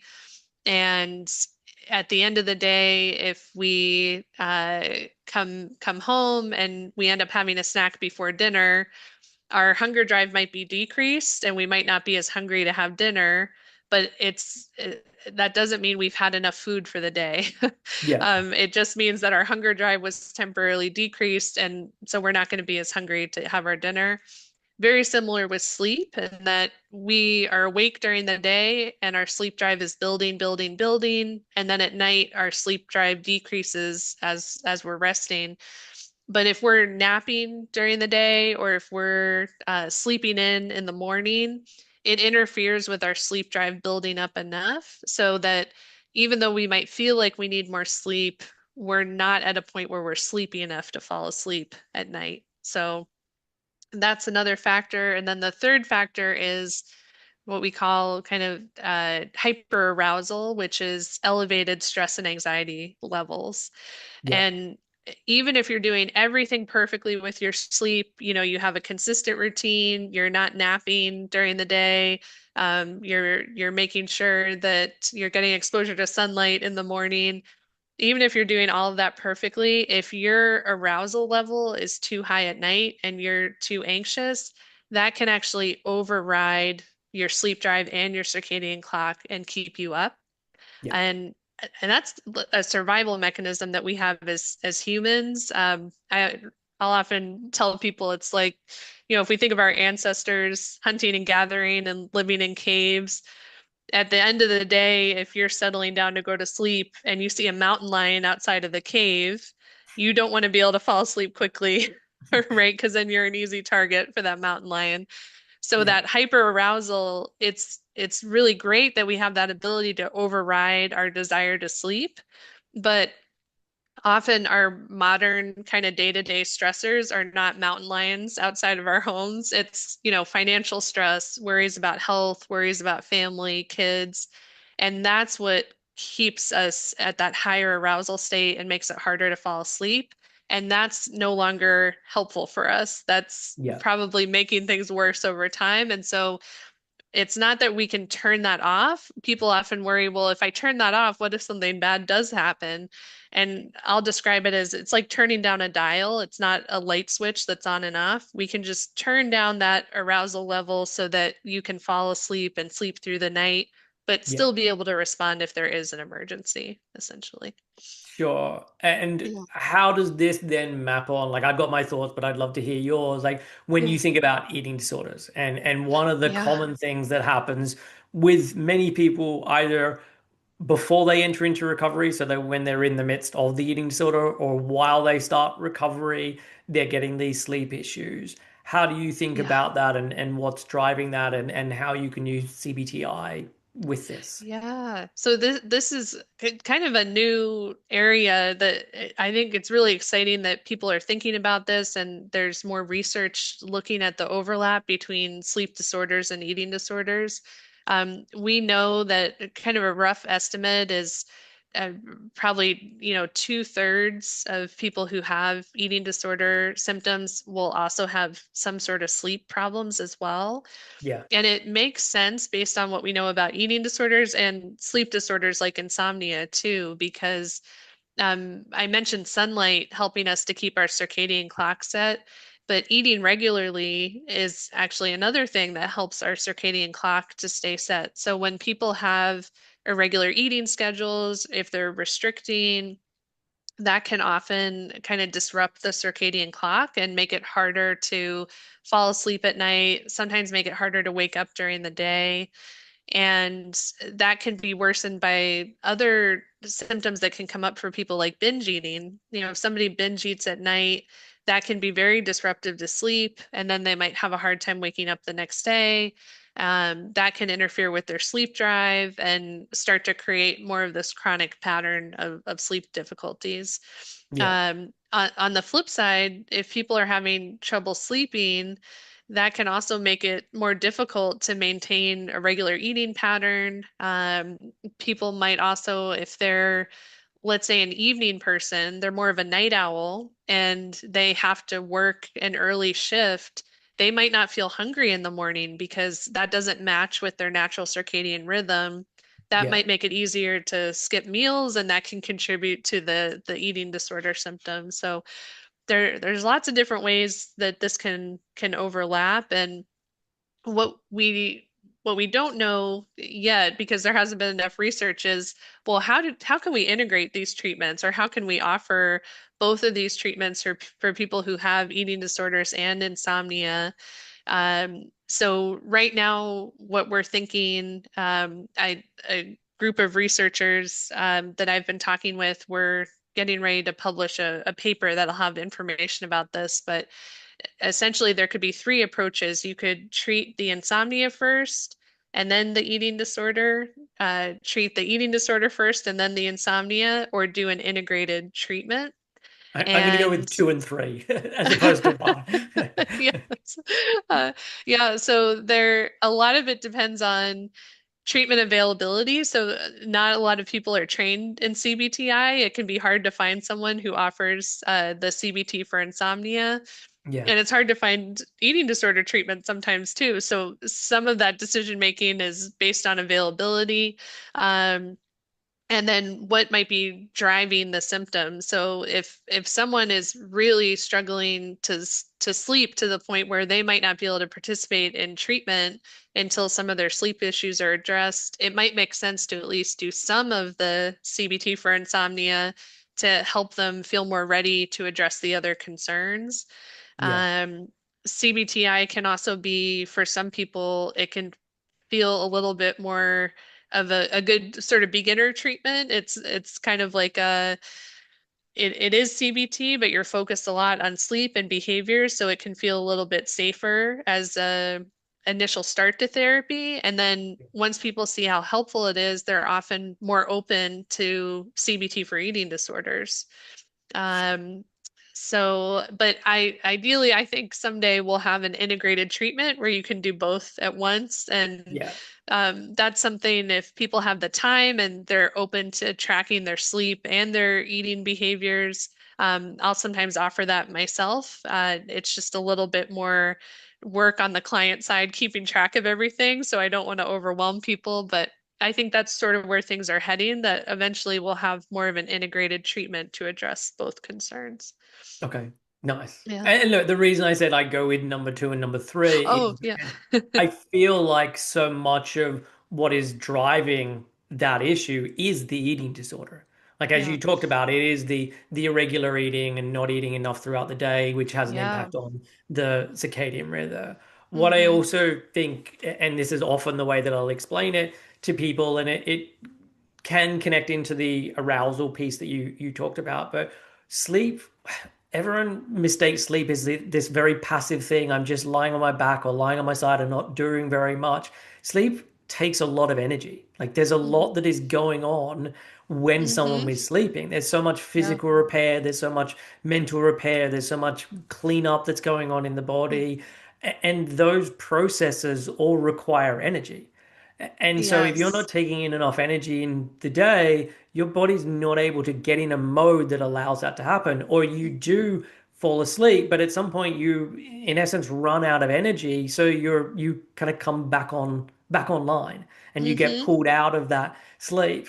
And so if we're Yeah. not addressing the fact that we need more energy in the system to actually do the function of sleep, because sleep is repair. And so if Yeah. we don't have the thing to do that, then we're not able to get the full 8 hours or whatever is Yeah. required.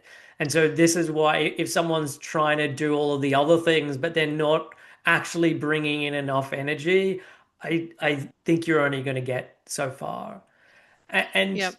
on top of that, I think what can happen, I've seen this with lots of people where I slept really well throughout my eating disorder, or maybe it was a little broken. I didn't, it was, I never felt completely refreshed, but hey, I'd get into bed, I'd fall asleep and then I'd wake up sort of 8 hours later, or maybe I woke up a number of times through the night to go for a pee, but I'd instantly get back to sleep. And then they start recovery. And man, my sleep is terrible now. I really struggle to Mm. get to sleep, or I'm waking up a Mm. lot more than I used Hmm. to. And I think if we go back to the arousal piece, your body is now noticing the most important thing right now is eating. And it's suddenly become available in a way that it Yeah. wasn't available before. And if I'm Hmm. comparing what's more important, sleep or food, food. If we've just been living through a famine and now there's food available, we stay awake, we get food. Yeah. And so the body is pushing you towards the most important thing in that Hmm. moment. And so Yeah. again, this is where I'm like, if you're not doing more of the eating consistently, like I'm not sure how much inroads you're going to make in the CBTI if Yeah. you're just doing that as a standalone. Yeah. No, no, no. I agree. I think the second and third options probably are the best. The first option could be nice if one way we're thinking about it is if there's no eating disorder treatment available Okay, and people are on a wait list, that would it sure. be okay to start with the CBT for insomnia, because I think you're absolutely right. Some people may not benefit in the same way as they would when they're eating more regularly. But it could be an option if people are waiting for treatment anyway and they have these sleep issues, could be an option to consider, but I'm with you. Ideally, I would love to see both things happening at once because Yeah. even just providing people that education, right, about how much energy you need to sleep and that your sleep might be disrupted during eating disorder treatment and how to support people with that could be really helpful, I think. Yeah. And look, it's not that the CBTI on its own couldn't do anything, especially if you're looking at, okay, what are the different factors? And okay, we're noticing most of your eatings at the latter part of the day, and now we're starting to bring in a breakfast and bring in a lunch. Like Yeah. you're kind of the person doing it will know that they're changing stuff to do with their eating disorder, but it's not like officially eating disorder treatment. Yeah. So that's where I could see it making some Hmm. inroads. But Hmm. if a lot of the other stuff from an energy standpoint is staying the same, you're that like for Yeah. me that's the limiting factor. Yeah. And I would say that's true also for I have similar thoughts about somebody starting CBT for depression before CBT for eating disorders, that could be really challenging before there's enough nutrition on board Yep. to help people because um the CBT for depression, there are some behavioral components, but it does tend to be more of that cognitive piece and thinking about different thought patterns and making adjustments. And that can be really challenging if you don't have enough energy to, Yes. help your brain to think through those difficult processes. And so I think that's another situation where sometimes it's good to consider, if it's available, getting people connected for that eating disorder treatment first.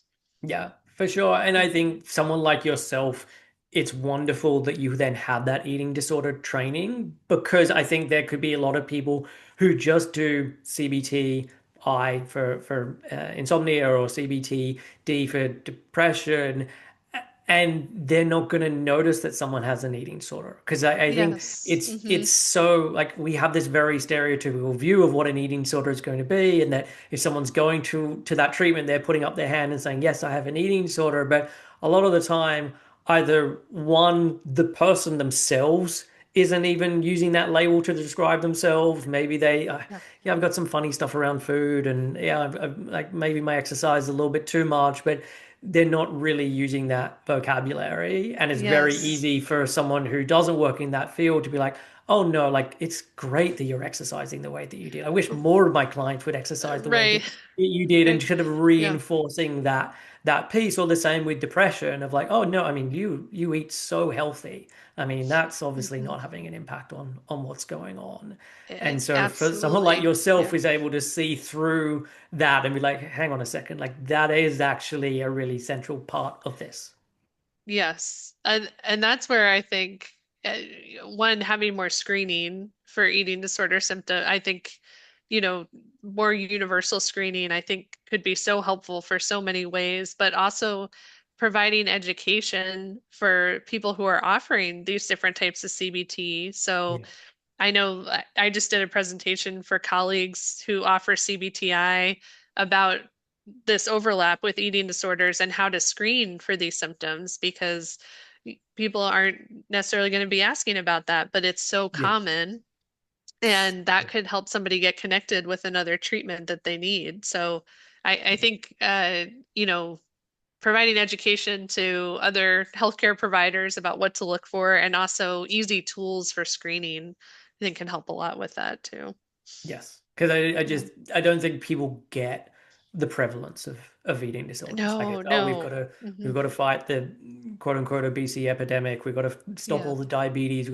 And the rate of eating disorders is just so high. I was speaking to Yeah. a client today, and she's at college, and like her and her roommate both have an eating disorder. I think there's six of them in the house, and she's like, oh, there's another roommate moving in, and she also has an eating disorder. I was like, Oh there's like three of you gosh. now going to be living in this one house that is Yeah. dealing with this. Like it's just, and I don't think that that's like this strange anomaly. Like, yes, it's probably Yeah. higher than the average house, but I don't think like that's the only where place on campus where that is Mm. the case. I think there is a lot of this that is going on. And Yeah. across all age spectrums, it's not just a thing that affects people who are in their teens and early 20s. Yeah, oh yeah, definitely. And I think that that gets back to we were talking about at the beginning of some of the stereotypes, and people might make assumptions about whether or not someone has an eating disorder based on body size or age, Yeah, or other demographic factors. And we know eating disorders can affect everyone, regardless of age, body size, gender, race, ethnicity. Everyone is impacted. And so helping people know the signs, know how to be able to screen for eating disorders, I think that yeah. could help a lot to get people connected when they're showing up for other things like sleep issues, depression, anxiety. Yes, it should be Yeah. like a step one. We need to rule this out, and Yeah. we need to have some clear guidance, not just because it's then very easy to then just miss it because like, oh, that's not really an Yeah. eating disorder. Yeah, like Right, that's right. Yeah. you're just being healthy, and so Yeah. to be really understanding, okay, what this really looks like in reality. Yeah. Yes, definitely. Yeah. Yeah. One of the areas in the book that we I haven't talked about with anyone yet that I wanted to go through with you is this importance of community building, and I think this can be especially Yeah. important for people who are in larger bodies who are going through Mhm. recovery, and like yeah, talk about why this can be such a critical part of recovery. Yeah, I think this is something that there's not a lot of in some of the original CBT materials, and we thought it was really important to add this in because there's a portion of CBT where you think about sort of the values again, coming back to the values. What's most important to you?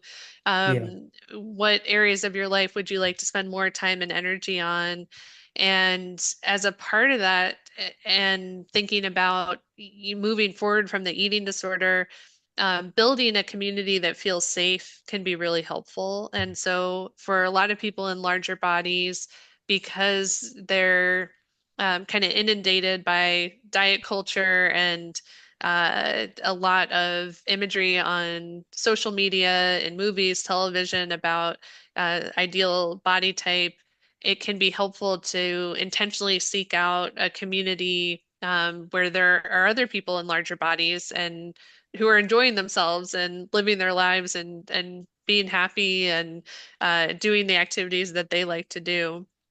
And so some of that can happen even just on social media. We talk about sort of cleaning up your social media feed and also diversifying it and seeking out people who you can relate to and people who may have similar body size that are talking about positive things that they're doing and not focused on weight loss necessarily. That's the other tricky thing is finding people who are also taking more of a weight neutral approach, not yeah, focused on um, weight loss efforts. And this doesn't have to be, I know there's a lot of mixed feelings about the body positivity movement. I think definitely doesn't have to be necessarily body positivity, but more neutrality, yeah. and just thinking about again what's most important to them and how they can engage in those activities and do those things.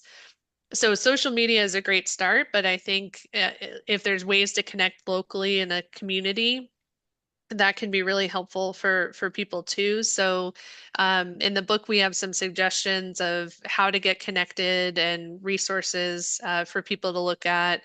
I know here I'm in Arizona. There's a great group locally called Fat Babes Phoenix, and they have social events. They have recommendations that they have on their website of sort of fat-friendly resources in the area. They have things like movie nights, get-togethers. So there's, I think, groups like that that are growing and they're available in more places. And So we give some suggestions for how to seek that out and how to kind of feel comfortable finding that community. And that might not always be available locally, depending on where people are, but there are also groups online where people can connect and kind of talk about some of these issues too. So that's a nice alternative if there's nothing available locally. Okay. Nice. And with Yeah. your clients specifically, how they found these groups in terms of what differences they noticed by being there and participating. I think it makes such a huge difference to be able to, make connections and build friendships with people who you may have things in common with and may have had similar experiences in terms of, um, eh, you know, some of that weight bias and weight stigma and being able to participate in groups and community where that's not the focus, Yeah. where certainly you can relate on that level, but it's more about just building a community where you can feel safe and interact and enjoy these activities and not necessarily have that pressure or have that concern about how will I be treated or how will other people treat me in these situations. So Yeah. it's often, a sense of like relief and excitement to be able to connect in that way. For sure. And I would Yeah. also say for a lot of people, it takes time to get to that place of Yes. Yeah. relief and Mhm. excitement. I know for a number of clients, there's that feeling of like, I don't want to be a member of this club. Like Mhm. this is not, especially if they've had the experience of either never being in a larger body or I wasn't in a larger body for a long time because of my eating disorder to then be back in that place. There can be a feeling of like no, like there's so much rejection of this of like I don't want that to be my Yeah. reality, and there is a Hmm. grieving process to get to the point where it's like okay, yeah, I do want to do this. Yes. Yeah. And we do, and that's in our workbook too. We do have a section on things like body discomfort and kind of grieving that sort of ideal body idea. And that can often be helpful for people to work through first to feel more Yeah. comfortable. And then it's kind of like even using the term fat, a lot of people have wanted to reclaim that and they feel comfortable with it, but we talk about this in the book too. Not everyone may be ready for that, and that's okay. It's more Yes. about what terminology do people feel comfortable with, and if they're not ready for that, of course that's okay. But even just knowing that these communities exist and they're out there, and it might be something they can connect to in the future if they're ready for it. Yeah, sure. And Yeah. I think that maybe the low bar starting point is, as you say, like, can I follow certain people on social media? Or can I start Yeah. to notice what's happening over time in my body as I look at those accounts? And okay, in the beginning, maybe there was this, maybe it was disgust, maybe it was fear, maybe there are all these things, and okay, I can notice that 6 months on, like I have very different feelings about that, and I can notice how that shifted over time. Yeah. Hmm. Definitely. Yeah. I think podcasts too can be great and Yeah. kind of get people thinking about things in a different way and maybe also help them feel like, there's other people who have these ideas that we're talking about in CBT-E.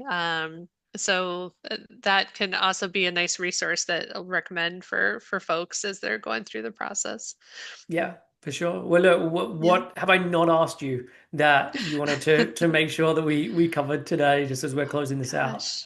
I think we've covered almost everything. So yeah, and I appreciate having a chance to talk about the sleep. As I said, that's sort of a newer area that's developing and really exciting. So I appreciate the chance to talk about that a little bit.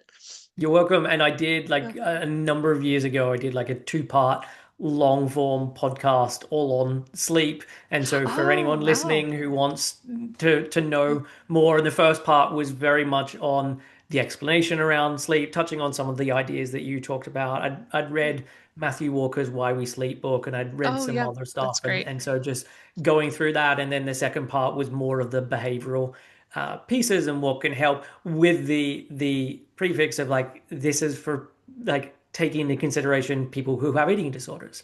And so it's Yeah. not just the general advice. It's like, okay, Mm. these are the things that are going to be more likely to be getting in the way and where to start. Like you blocking out the red light at nighttime, like maybe makes a little difference. But if you haven't had a Right. lunch and you haven't had a morning snack and like you're missing the forest for the trees. And so like let's Yes. really start with the things that are going to be the needle movers and Yeah. that are going to make a difference. And so yeah, I think it's probably Yeah. 3 hours in total with the two shows. So if anyone Oh wants to gosh, listen to I'll have to that, listen to it. I'll put it in the show Sounds notes great. and you can have a listen.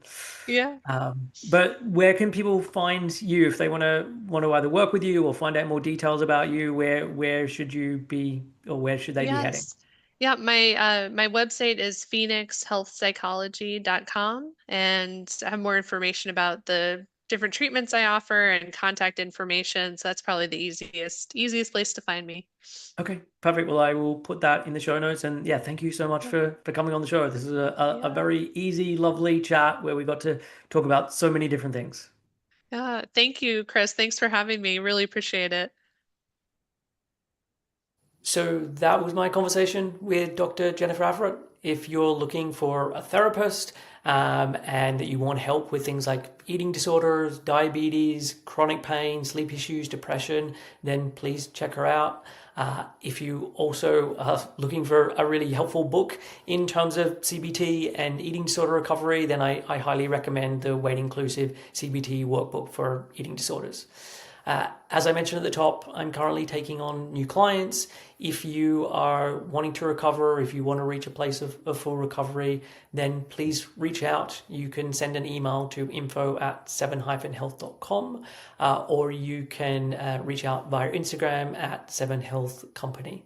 So that is it for this week's episode. I'll be back with another episode next week. Until then, take care and I will see you soon.